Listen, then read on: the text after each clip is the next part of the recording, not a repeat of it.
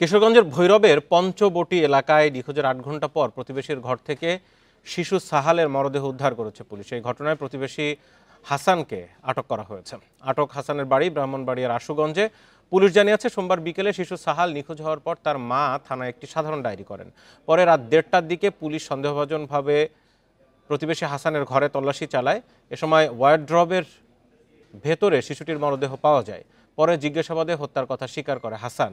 পরকীয়া সম্পর্কের কারণে শিশুটিকে শ্বাসরোধ করে হত্যা করা হয়েছে বলে জানিয়েছে পুলিশ।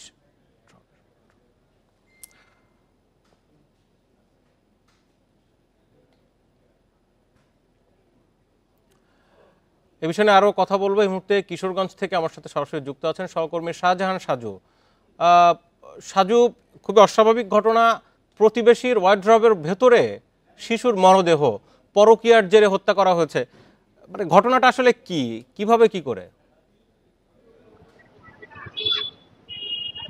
দেখুন, এই ঘটনাটা আমি যদি একটু বলি, আমরা যারা সংবাদ মাধ্যম কর্মীরা রয়েছি, আমরা প্রতিবেশী, স্বজন এবং পুলিশ, এই তিন দিকের যে তথ্যটা মূলত পেয়েছি, এই তথ্যে এই যে যে প্রতিবেশী হাসান মিয়া, তার বাড়ি ব্রাহ্মণবাড়িয়ার আশুগঞ্জ, একেবারে পার্শ্ববর্তী ভৈরবের, তিনি ওই বাড়িতে ভাড়া থাকেন, পাশাপাশি ওই মালিকের অনেকটা কেয়ারটেকারের মতো কাজ করেন এবং তিনি মানে দিন মজুর। একটা রুমে তিনি ব্যাচেলরই থাকেন। আর পাশাপাশি ওই যে যে শিশুটাকে হত্যা করা হয়েছে, এই শিশুর মা এই শিশুটাকে নিয়ে পাশাপাশি আরেকটা ঘরে ওই বাড়িতেই থাকেন এবং এই শিশুর যে বাবা, তিনি কাতার প্রবাসী, তিনি কাতারে থাকেন।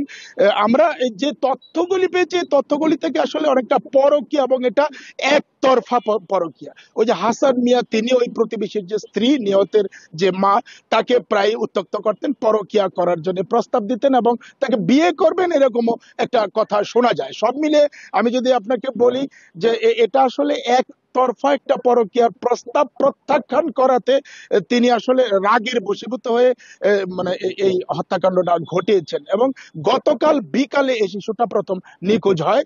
পরে রাতে থানায় গিয়ে সাধারণ ডায়েরি করেন। এর আগে অনেক খোঁজাখুঁজি করেছেন। শিশুর মা কিন্তু মাইকিং করেও মানে জানিয়েছেন একদম আশেপাশের এলাকায় যে আমার ছেলেটা নিখোঁজ রয়েছে। পরে পুলিশ আসলে প্রথমে এই সাধারণ ডায়েরি করার দিয়েছে, হত্যার বর্ণনা দিয়েছে হাসান মিয়া, তিনি তখন সেখানে উপস্থিত ছিলেন।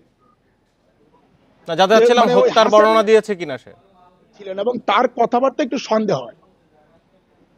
সে হত্যার বর্ণনা দিয়েছে এবং আমি যদি আপনাকে বলি যে পুলিশ প্রাথমিকভাবে তাকে জিজ্ঞাসাবাদ করার পরে তিনি তাকে হত্যা করেছেন সে কথা বলেছেন, কিন্তু এটা আসলে ওই যে পরকীয়ার জেরে বা পরকীয়া প্রত্যাখ্যান করা যে হত্যাটা করেছেন, এটা এখনো তিনি বলেননি। জিজ্ঞাসাবাদ চলছে এবং তিনি তাকে আদালতে সোপর্দ করা হবে। কিশোরগঞ্জ থেকে আমাদের সাথে সরাসরি যুক্ত হয়েছিলেন শাহজাহান সাজু।